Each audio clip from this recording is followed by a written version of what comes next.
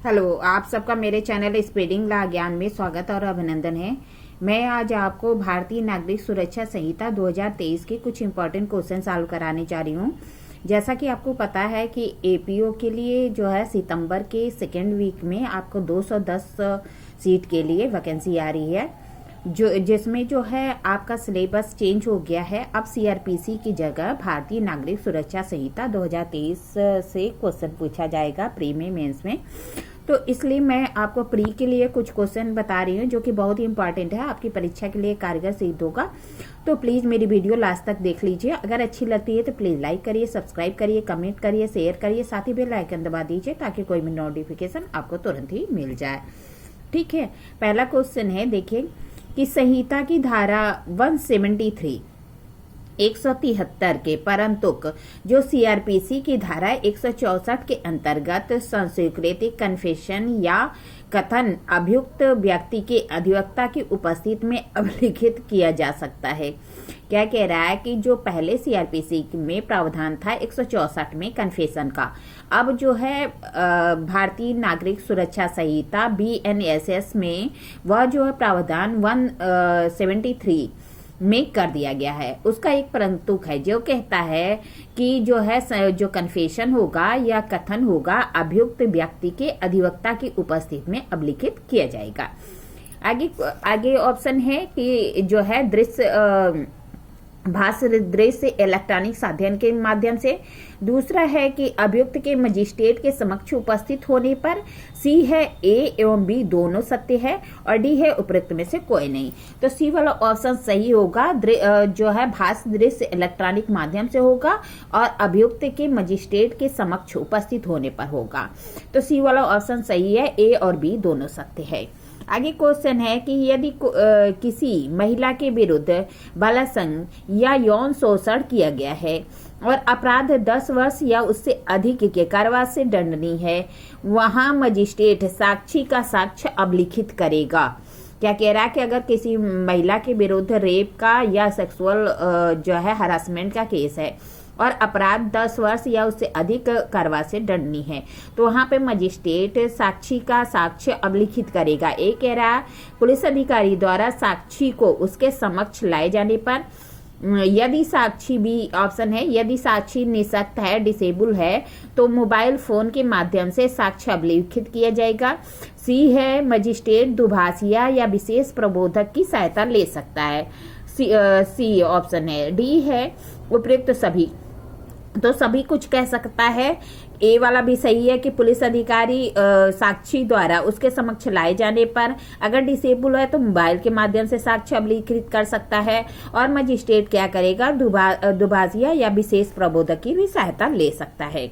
आगे क्वेश्चन है कि यदि गवाह निःशक्त है, डिसेबल है, तो मोबाइल फोन से गवाही या साक्ष्य देता है, तो इस कथन के जो कथन के संबंध में निम्न में से क्या सही है।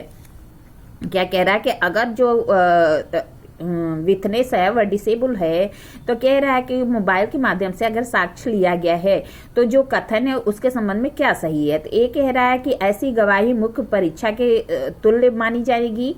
बी है कि न्यायालय में उसकी मुख्य परीक्षा नहीं होगी। सी है उसकी प्रति परीक्षा की जाएगी। डी है उपयुक्त सभी, तो सभी है।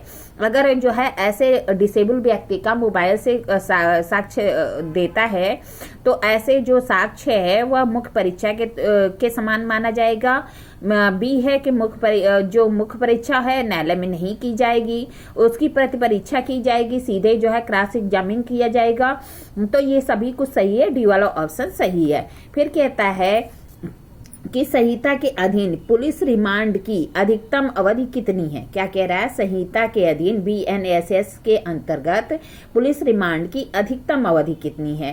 तो ए कह रहा है कि अवधि निर्धारित नहीं है। बी कह रहा है कि 187 के सब क्लास 3 के अंतर्गत अन्वेषण के लिए निर्धारित 90 दिन या 60 दिन की अवधि में प्रारंभिक 60 दिन या 40 दिन की अवधि में पुलिस अभिरक्षा का रिमांड समय समय पर दिया जा सकता है। सी ऑप्शन है कि 15 दिन से अधिक नहीं होगी। डी ऑप्शन है उपयुक्त, ए और बी दोनों सत्य है। अर्थात क्या कह रहा है कि कोई निर्धारित अवधि नहीं है, पुलिस रिमांड की कोई निर्धारित अवधि नहीं बताई गई है बीएनएसएस में। फिर कहता है कि 187(3) के अंतर्गत अन्वेषण के लिए निर्धारित 90 दिन या 60 दिन की अवधि, जो प्रारंभिक 60 दिन है या 40 दिन है, उसी में पुलिस अभिरक्षा, पुलिस रिमांड समय समय पर दिया जा सकता है। ठीक है, यही सही है, अर्थात जो है डी वाला ऑप्शन सही है। फिर क्वेश्चन है कि धारा 193 की उपधारा 2 सीआरपीसी में 173(2) मतलब क्या है कि जो सीआरपीसी की धारा 173(2) अर्थात पुलिस रिपोर्ट के बारे में प्रावधान था, वही प्रावधान बीएनएसएस में 193(2) में किया गया है। कहता है कि भारतीय न्याय संहिता की धारा 64, 65, 66, 67, 68, 70 और 71 अर्थात बीएनएस की धारा 64, 65, 66, 67, 68, 70 और 71 के अधीन अपराध का अन्वेषण में कितनी अवधि के भीतर पूरा किया जाएगा। ये किससे संबंधित है? तो ये जो है महिलाओं के विरुद्ध अपराध से संबंधित है, रेप के लिए प्रावधान किया गया है यहाँ पे। तो कहता है कि इसमें अन्वेषण जो इन्वेस्टिगेशन है वह कितने दिन के भीतर पूरा किया जाएगा। ए है 1 माह, बी है 2 माह, सी है 3 माह और डी है 6 माह। तो 2 माह बी वाला ऑप्शन सही होगा। 2 माह के अंतर अगर जो है अपराध क्या है जो है बीएनएस का जो है 64, 65, 66, 7, 8 और 70, 71 से संबंधित है, तो अन्वेषण कितने दिन के भीतर पूरा किया जाएगा? 2 माह के भीतर पूरा किया जाएगा।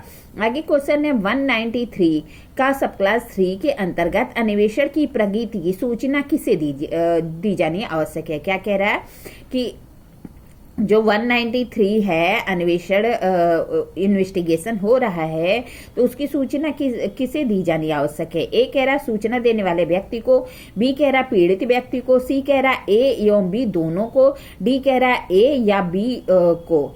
तो सी वाला ऑप्शन सही होगा कि जो अगर इन्वेस्टिगेशन किया जा रहा है तो सूचना जो है सूचना देने वाले व्यक्ति को भी दी जाएगी और जो विक्टिम है उसे भी दी जाएगी, पीड़ित व्यक्ति को भी दी जाएगी, अर्थात सी वाला ऑप्शन सही है। आगे क्वेश्चन है अन्वेषण की प्रकृति की सूचना देने के लिए क्या अवधि निर्धारित है। क्या कह रहा है?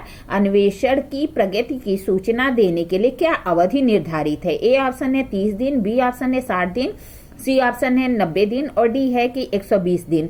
तो जो है 90 दिन है, सी वाला ऑप्शन सही होगा कि अन्वेषण की प्रगति की सूचना देने की अवधि निर्धारित कितनी है? 90 दिन है। आगे क्वेश्चन है कि पुलिस अधिकारी अतिरिक्त अन्वेषण कर सकता है। क्या कह रहा है? पुलिस अधिकारी अतिरिक्त अन्वेषण कर सकता है। ए है विचार प्रारंभ होने पर मजिस्ट्रेट की अनुमति से, बी है चार्जशीट दाखिल करने के बाद, विचारण प्रारंभ होने के पूर्व, अतिरिक्त अन्वेषण मजिस्ट्रेट की इजाजत के बिना भी कर सकता है। सी है ए एवं बी दोनों सत्य है, डी है कि उपयुक्त सभी। तो सी वाला ऑप्शन सही है, ए और बी दोनों सही सत्य है, अर्थात विचारण प्रारंभ होने पर मजिस्ट्रेट की अनुमति से या चार्जशीट दाखिल करने के बाद, विचारण प्रारंभ होने के पूर्व जो अतिरिक्त अन्वेषण है वह मजिस्ट्रेट के इजाजत के बिना भी कर सकता है, अर्थात सी वाला ऑप्शन सही है। फिर आगे क्वेश्चन है छोटे अपराध से अभिप्रेत है। ये ऑप्शन है कि ऐसे अपराध जो 1000 के दंड से दंडनीय है।